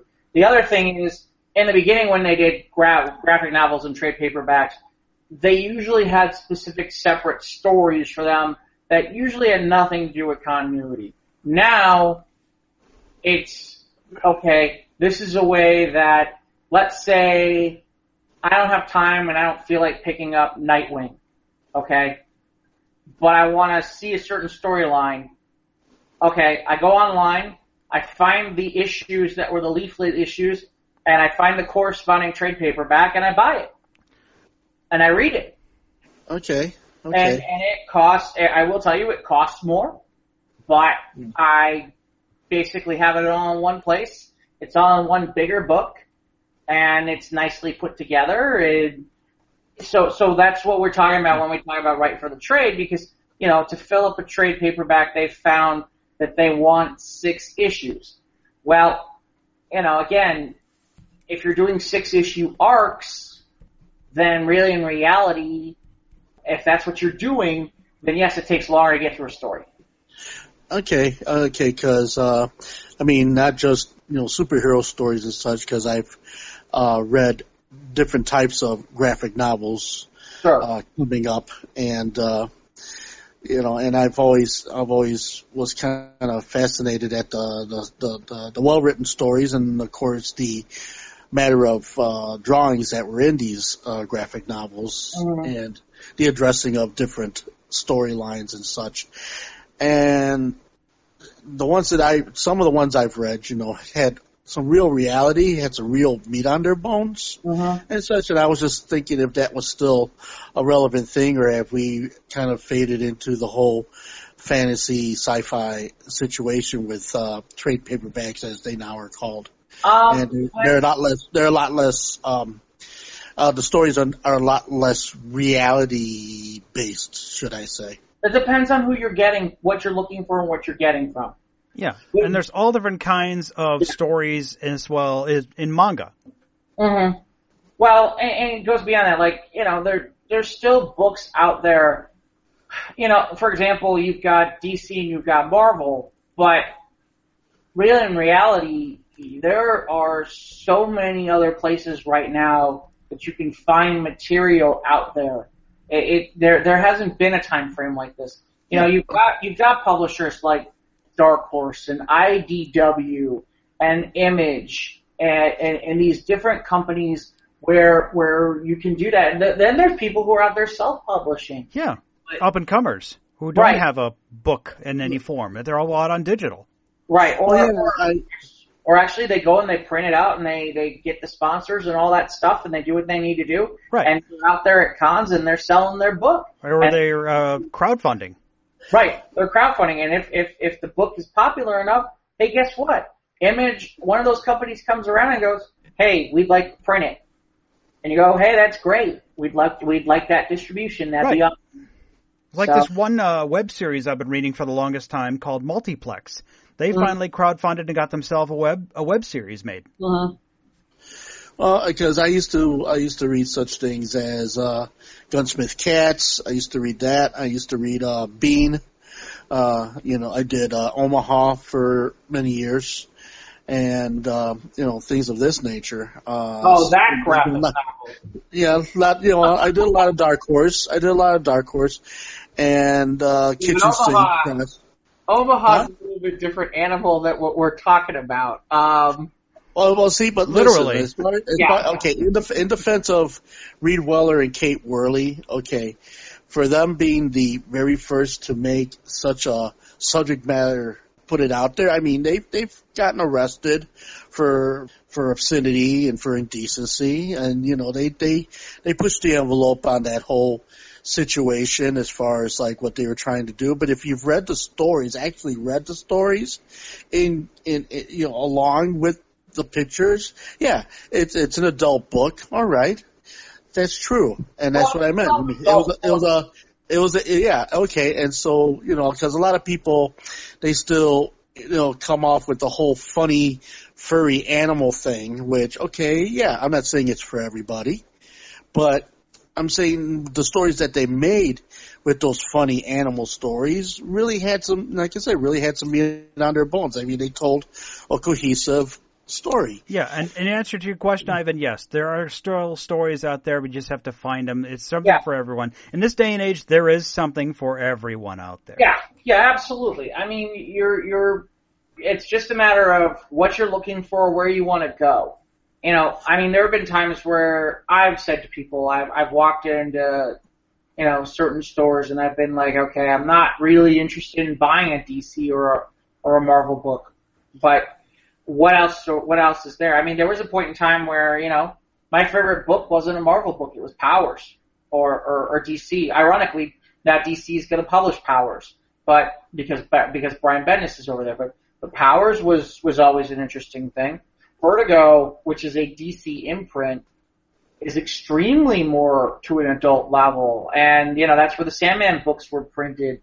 That's where things like 100 Bullets are. I think League of Extraordinary Gentlemen is a Vertigo book. I'm trying to think off the top of my head. Well, Swamp Thing, obviously. Swamp Thing's been a Vertigo book for a long time. Animal Man was there for a while and doing some crazy stuff too with Grant Morrison. I mean, there's stuff out there, and that's the tip of the iceberg. I mean, really it is. I mean, if you're looking for stuff and you want to read comics, my biggest suggestion is that you go to your local comic book store, tell them what you're thinking about or what you're looking at, and sit down with them. There's find one nearby you and do it that way, or you could read the reviews on Amazon or ask your friends. Well, I got two comic book stores within the periphery of my neighborhood. I mean, I got one that's not even 10 minutes away from my house, which I've known to walk in and check out. Yeah, or just do a little research, you'll find lots of top 10 lists, and I think you can form a consensus as to what stories are good. Yeah, absolutely. I would like to go ahead and maybe in the starting from the future end of actually picking up an alternate comic book situation and actually do a review on it. Would that be something I could do? Sure, depending on what you're looking at. Well, I mean, of course, before we go on the digital Ethernet, I'll definitely discuss with you guys first, but then just something that would pique my interest and something I could talk about. Okay, Ivan. As far as Ivan. Alternate comic universe.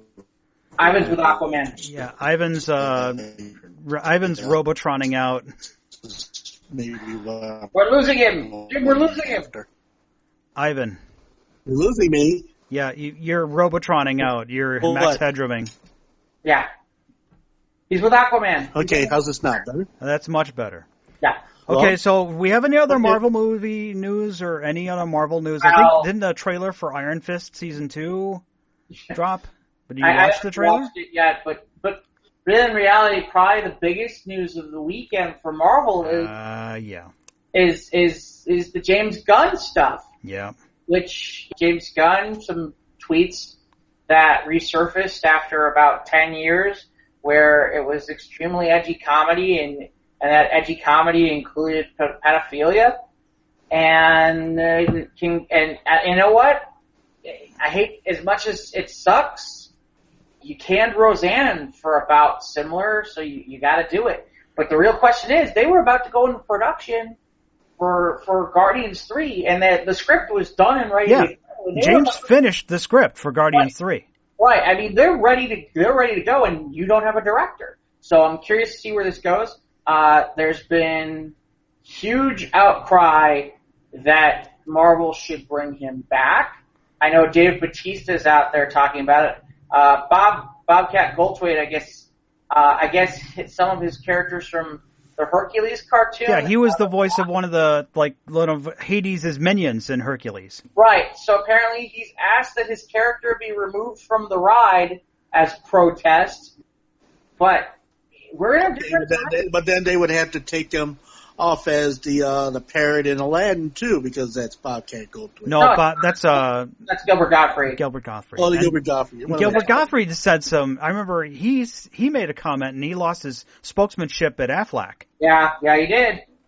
No one is safe in this world. Well, it's crazy at this point, but and now there are commentators on the right that are calling for hypocrisy because some of the same people who are calling for Roseanne should have stepped down. The same people are calling for James Gunn to be reinstated. But there are different kinds of, I don't know. Yeah. It's unfortunate. It's almost this trading of the two evils. It's a shit right. show. We're getting into what it is. It's a trading of the two evils, which is worse and which is even more worse. And the worst part is it's all gray lines. It's nothing where you can sit there and go, okay, this is right and this is wrong, and you can make justifications, but there's nothing that you can sit there and go, you could sit there and make something definitive. And look, I'm not happy about it because I think I follow James Gunn, and I still will, because I think he's an interesting follow, and he's written a lot of interesting stuff, and I do like what he does, but at the same time, I understand. Disney had to make this move, especially after everything that happened with Roseanne. But what's interesting is that this is turning into something that's going to turn. We're about to see some of this stuff turn political. We really are, because the reason these tweets it already has. Right. Well, and now it's really going to get to it, because now you've got people who are going out purposely to look through people's Twitter's histories. Or Facebook histories to find anything they can find through anybody that they can undermine. And it almost seems like an internet witch hunt of sorts. Well, and just start trying to unearth something. I mean, okay, yeah, all right, I get it. Where certain things should not be tolerated. All right, I got that. But at the same time, all right, where does the statute of limitations run out on such things? Right now, there isn't one. Okay. Right now, there isn't one, but it's interesting, and see, I don't want to cross to a different thing, but there is a guy that is, well, I guess I'll do it. There's a guy from the Brewers who's a pitcher who made a whole bunch of more like white power and against gays when he was 17 years old. And he was supposedly contrite with his teammates and whatnot, and supposedly that's fine. But this guy went out on the mound on Sunday, and the entire stadium in Milwaukee gave him a standing ovation. I don't think that's really what should have happened there. So we're in a weird place with this, because the truth is, if somebody went down and kneeled at that point, then people would be booing. But it's okay to stand behind this guy. I don't, and why is that guy not getting nailed, but James Gunn is? Again, we're in a really weird place. And I mean, here it is. Okay, you had what happened to Bill Cosby. You had what happened to well, that's Harvey apples and Weinstein. oranges. There's talking about things, telling jokes, and then there's doing things. And yeah. Yeah, Cosby was definitely the latter. Okay, all right. Given to that, all right. But at the same time, how much is too much? I mean, like that would be, for an example, if I was at a party. So I was at a party. We're drunk, we're stoned, we're going crazy, we're taking pictures. All right, I'm doing something insidious to a woman who's at the time was as drunk and blasted and going on as I was. And then fast forward 30 years, and then all of a sudden, I'm this terrible person because I did what I did because I was partying and because I was carrying on and everything. Yeah, it was consensual 30 years ago. But then when that news comes out and she comes out and points the finger and says, he assaulted me. Right. Well, again, we're going a lot of directions on this. Yeah, we are. Yeah, it is. The problem is that, and that's part of the problem, is there's a lot of facets to this, and my comment is we're in an interesting time because really in reality at this point, people are looking to unearth stuff, but we're at the point now where even with stuff on the internet, you're getting to the point where it's almost like opposition research for politics, except now because there are certain people who are speaking out who are political but not politicians. We've set up a new system where, because you have, again, social media, you can get a whole bunch of people who are upset and boycott and they're not going to buy and they're not going to pay, and you can rally a whole bunch of people, and the next thing you know, you can be out of a job. Well, true. I mean, be out of a job, and then somebody else does that in reverse. I mean, I just read something just before we went on air.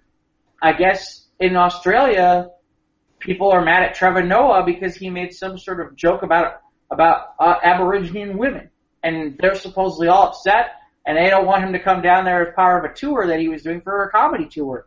So I don't know where that's going to go. I mean, that's why I feel comedy today is being under fire, because it's like, well, this you can talk about, but you can't talk about this without worrying about if you're going to make a wave with this. But then if you go with this, you have to worry about the wave with that. And then so where is the line between not trying to offend and then trying to be funny?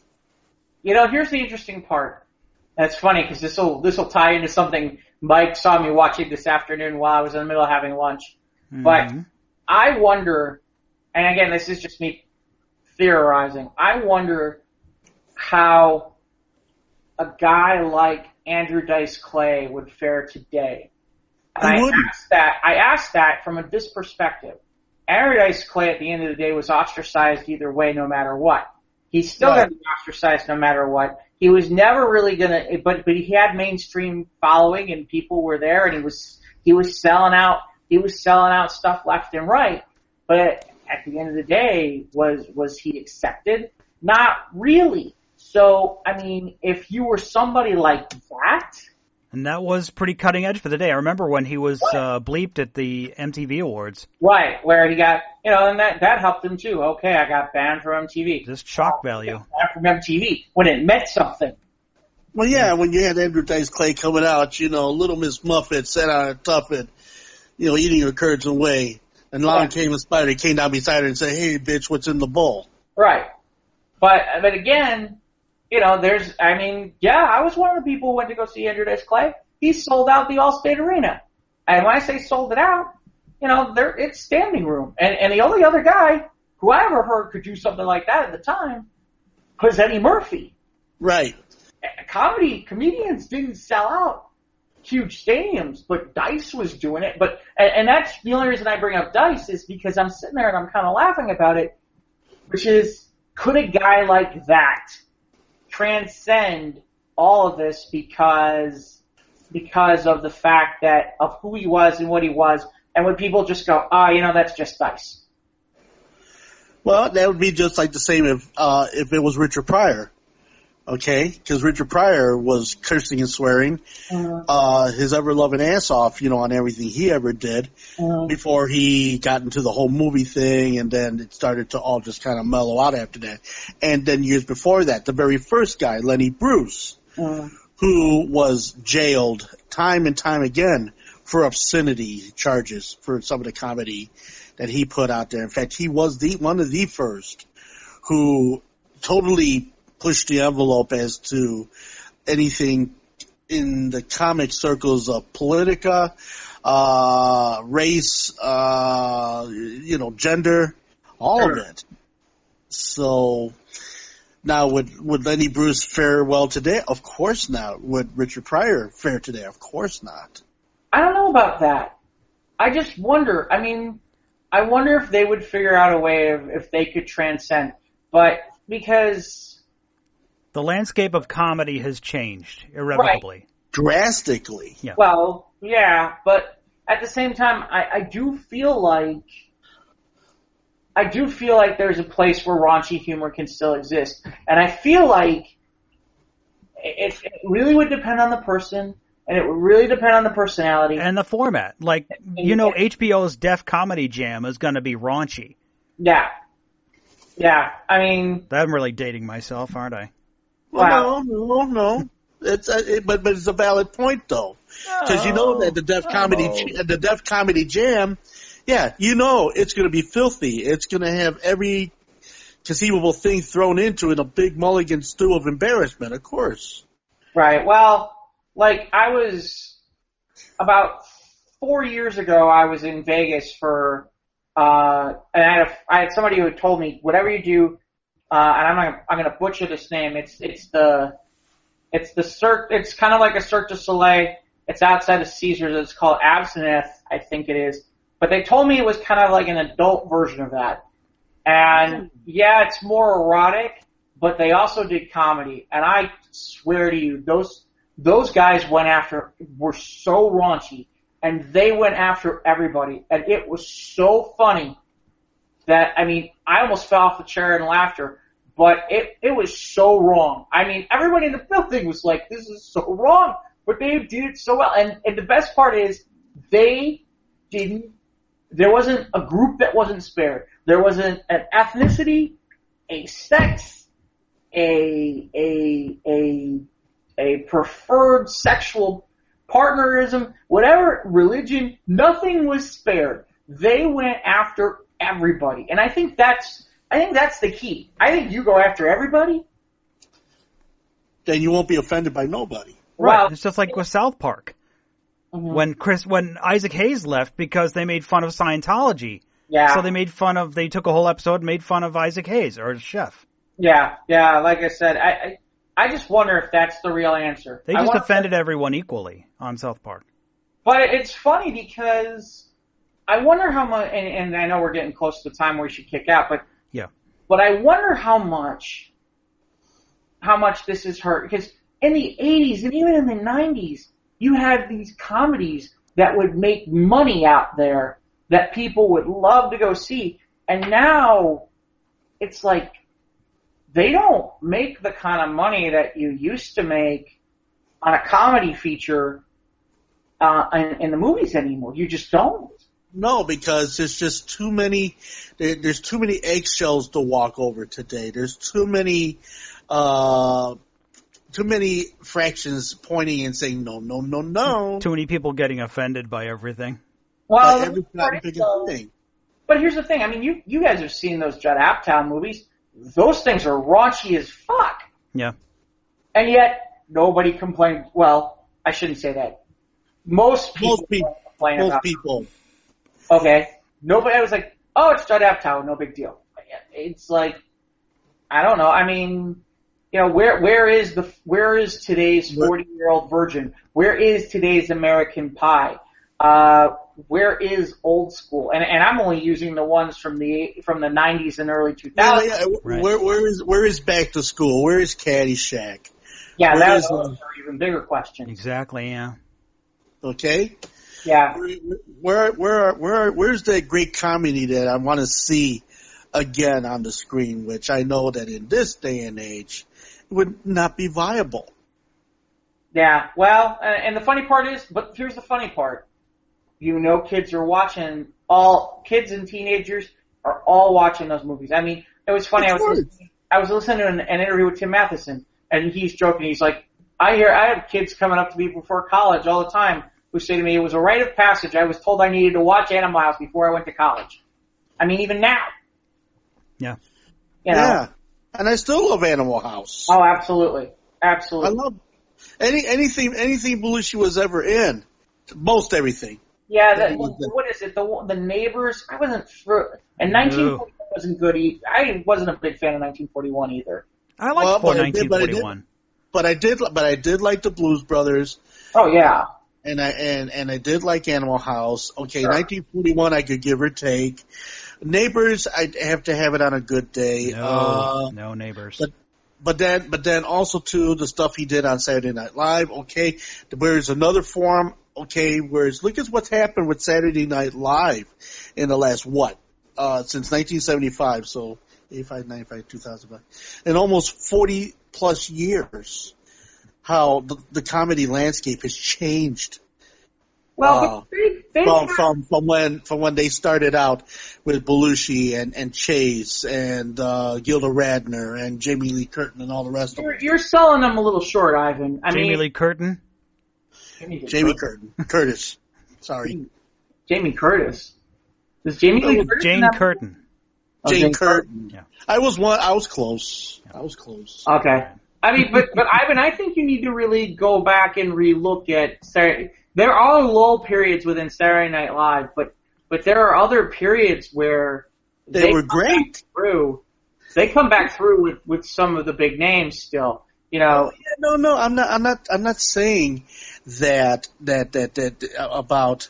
I'm just saying that when you watch Saturday Night Live in 1975, and then you watch the evolve situation through time, and then you see how the comedy face has changed over the years, and how some of it was great, some of it was good. Some of it was, I'm going to change the channel. But, I'm not, but as a whole, I would say, yes, it's a benchmark in comedy. And especially now that literally, Saturday Night Live in many cases almost writes itself now. But it's just that so much has changed in the comedy, landscape. And just, how much is really, really bad and how much is really, really good and how much is it that we can tolerate. I think that also depends on the individual who is reviewing the comedy. And yes, and as we are amongst ourselves as friends or we're with our family members, and, let's face it, when we're amongst ourselves, out of the eyes of whatever media and everything like that, we are going to still have our borders where good taste is good taste, but then you know what? Stuff that becomes blue after 1 o'clock, it's still cool too. Well, and again, some of it depends. I mean, things have changed about what's considered blue. Right. But I'll tell you what's interesting. What's interesting is there's a period of time, and credit Fox for this, which is they never sat there and said, okay, we're not going to create our own entities when it comes to comedy to match Saturday Night Live. Because, you brought out In Living Color in prime time, and really in reality, to me, In Living Color, in some ways, for the time frame, was far more important than Saturday Night Live. And again, I'll give that to you. I will give that to you. Okay. Yes. Or to take it a step further, you've got Mad TV, where Mad TV wasn't great, but it had its moments, and it gave other comedians an opportunity. Where are those opportunities on network television for shows like that now? Right. Where is your comedy variety show? Well, comedy. Unless you're going to count America's Got Talent. I mean, I guess that's the real answer, isn't it? Yeah, I don't know about America's Got Talent because America Got Talent is being judged on its basis, okay? Whereas, you had the music, you had the comedy variety type of things where really I think that's become a dinosaur in many ways now. Well, in fairness, I'll be honest, I haven't watched late night in a long time on the weekdays. So for all I know, they are bringing people in and they're getting some of those people in there to do stuff. So I can't speak to that, but yeah, I mean, for its time frame, you look at it in living color and you go, wow. Yeah, wow. well, Living Color had some great things going on. Mad TV had some great things going on. SNL had great things going on. Yeah, it begs the question to me, why has no one tried to do another show like In Living Color? Why has that not happened? Because just like you said before, Jeff, we live in these kind of times now. Well, but here's the amazing thing: we live in these times, but we live in a time where popular shows include a singing show, a talent show, right, a dancing show, right. Okay, all these things people said, oh, people won't watch that anymore. People are watching that, and, but do you think that they're watching all that stuff in lieu of the fact that there's a lack of comedy programming? Well, but my point I'm getting at is that a variety show like In Living Color where you had the dancers, where you had J-Lo, okay, and you'd bring on a musical guest and you do that kind of thing. Right. People would sit there and say, oh, there's no audience for that. Well, no, I don't agree. There is an audience for that. But yeah, I know we're running a little bit long. So, I did want to finish out with this because I did want to do something funny. Okay. I had a bunch of really good funny stories. We'll have to get to them another time. But, I think Mike will get a kick out of this. All right. I don't know if you caught this. Apparently, Mark Hamill was indeed at Comic-Con. But you might not have realized you went right past him. Because he was a little short. Well, not only was he a little short, he was also a little orange. Apparently,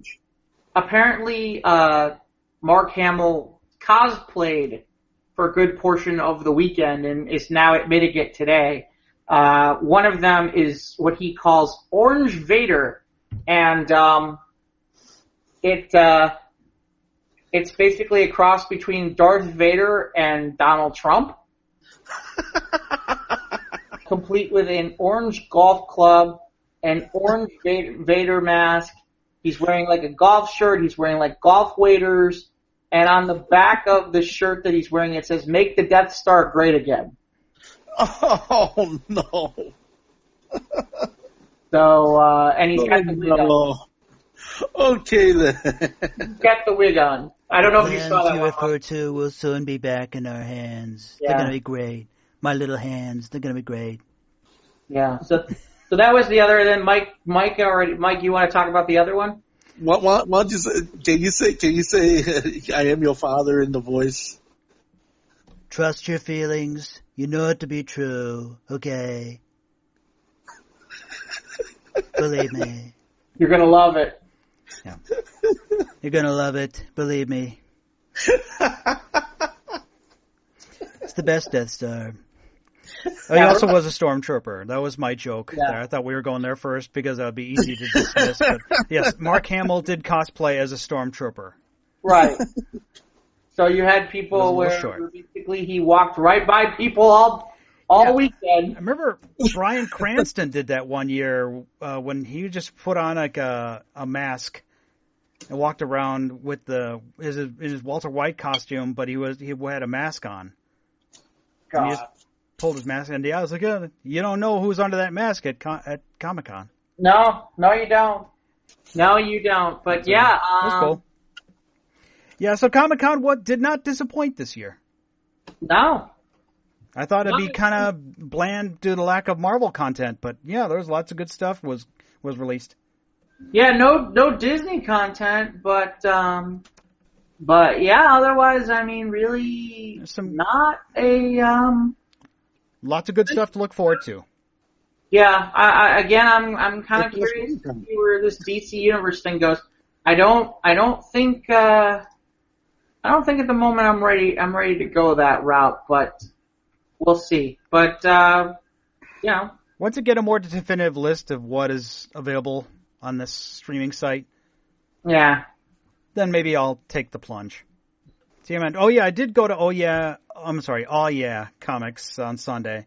Oh yeah, how did that go? It was a small affair, and it was an hour drive for me, so I didn't stay very long, but it was cool. I talked to the guy behind the cashier for a little bit, and it was fine. It was a fun little shindig. So cool. But I had been in that neck of the woods some years ago. I think when they moved, they used to be on Lincoln Avenue. No, they're on Lincoln now. They used to be on Oakton. Yes, they moved. Yeah, they moved around the corner. So I think I was like, I've been in this neck of the woods. Like I drove past this one restaurant, I'm like, oh yeah, I ate there. Mm-hmm. After I'd been to this comic book store, I remember. So that was years ago. So okay, it was nice to go down there. It was a neat little store. But actually, my only critique is that my store here in my local town, they bag and board all the new releases. So okay, I can't hold that against them though. It is an expense. Well, like I said, that's where I'll pick up stuff. Like I said, I think that it's just, they went with some local people, and obviously Art and Franco were out, and most of the crew were out west. So, but, it's a nice little thing to do. I wish I could have been there. Unfortunately, I got stuck with a family thing. But yeah, like I said. So, I think that's going to do it. So, Mike, tell people where they can catch us. Alrighty then. Well, we are on Instagram and Twitter at SOTRT Podcast. Comments, questions, suggestions, anything you want to let us know. How you would think, what do you think, how you think, what do you think of us? Send us an email at sotrtpodcast@gmail.com. We're on YouTube, obviously. We appreciate it. Thank you for listening. Hit us that like button. Hit the subscribe. We're on Facebook as well. We put all kinds of stuff up in there, funny news stories and whatnot. So, yeah, we appreciate you listening for this being episode number 12 of Squares of the Roundtable Podcast. Mm-hmm. We are at a dozen. Double digits. Next week we're going for a baker's dozen. So strap yourselves in. What last... Did I have one last... no, I didn't have one last news story. Did you? Go for it. I thought I did. It's just the... this weekend is the premiere of Teen Titans Go to the Movies. Yeah. Either of you guys going to go do that? I think I'm going to wait till Tuesday, unfortunately. I don't want to spend the full money, but... Okay. I think that might be something for the following show. No, not me. I'm okay with just holding on to my money until... Oh, that's right. And that's right. What is... Yeah, a week from tomorrow, Infinity War comes out on digital release, and then in mid-August is the DVD release. So 1 week from tomorrow, we just get a snap of our fingers, and that's it. Yeah, I have been watching some different TV shows. I certainly want to talk about them, but we'll do that next time. Yeah, I hope to get some Cobra Kai in by next week. Ivan, any closing thoughts? No, none off the top of my head. I think we've had a very fulfilling couple hours here down at Squares at the Round Table. Yeah, man. Yeah. Yeah, man. So go see Won't You Be My Neighbor? Yes, go see Won't You Be My Neighbor. And if you love Fred Rogers, either growing up or watching it with your kids, it'll definitely warm your heart. And definitely it's something we need a lot more now. So especially some of these fandoms. Fred Rogers needs to get in and set these people straight. Yeah, he's got to take Daniel Tiger, take his puppet in there. Yeah, man. And, everybody needs to calm down. Well, speaking of calm down, it's time for us to calm down and get the heck out of here. For Squares of the Round Table Podcast, I'm Jeff Stein, and I am with the one and only Ivan Rivera and me, Mike Boyle. Thanks for listening, everybody. Have a good night or good day or whatever. Bye.